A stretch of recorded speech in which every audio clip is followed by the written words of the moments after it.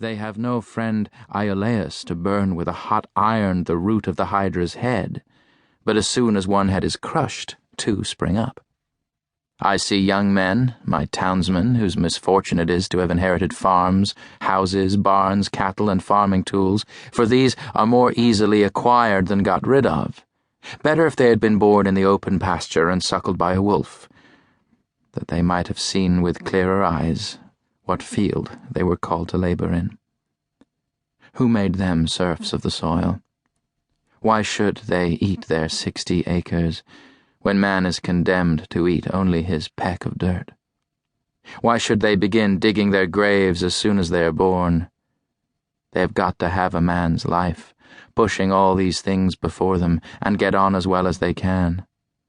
How many a poor immortal soul have I met, well-nigh crushed and smothered under its load, creeping down the road of life, pushing before it a barn 75 feet by 40, its Augean stables never cleansed, and 100 acres of land, tillage, mowing, pasture, and woodlot. The portionless, who struggle with no such unnecessary inherited encumbrances, find it labor enough to subdue and cultivate a few cubic feet of flesh. But men labor under a mistake. The better part of them is soon plowed into the soil for compost.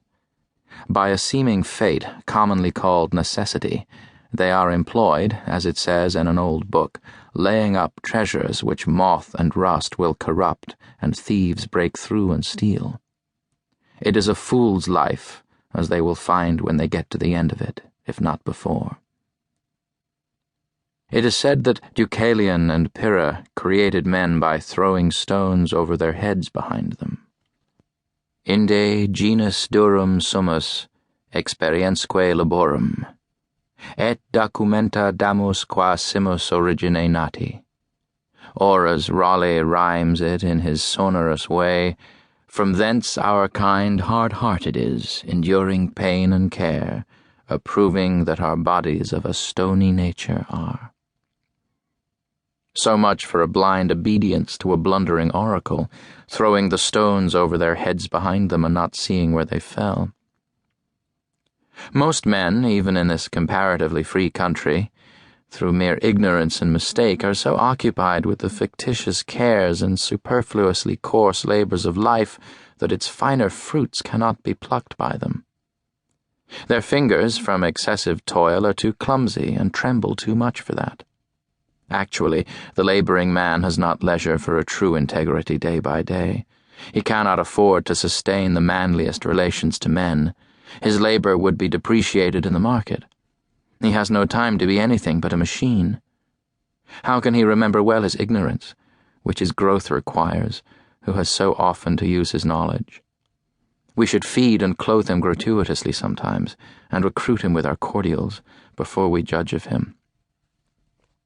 The finest qualities of our nature, like the bloom on fruits, can be preserved only by the most delicate handling. Yet we do not treat ourselves nor one another thus tenderly. Some of you, we all know, are poor, find it hard to live, are sometimes, as it were, gasping for breath. I have no doubt that some of you who read this book are unable to pay for all the dinners which you have actually eaten, or for the coats and shoes which are fast wearing, or are already worn out, and have come to this page to spend borrowed or stolen time robbing your creditors of an hour.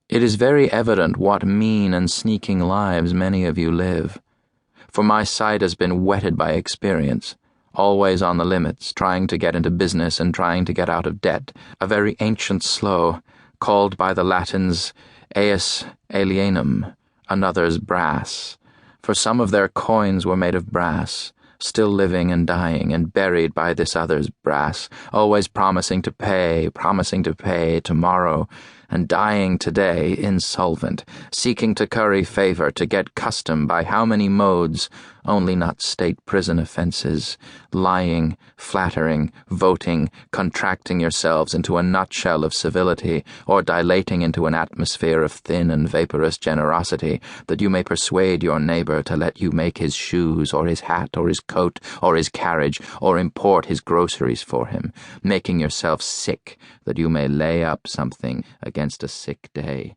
something to be tucked away in an old chest.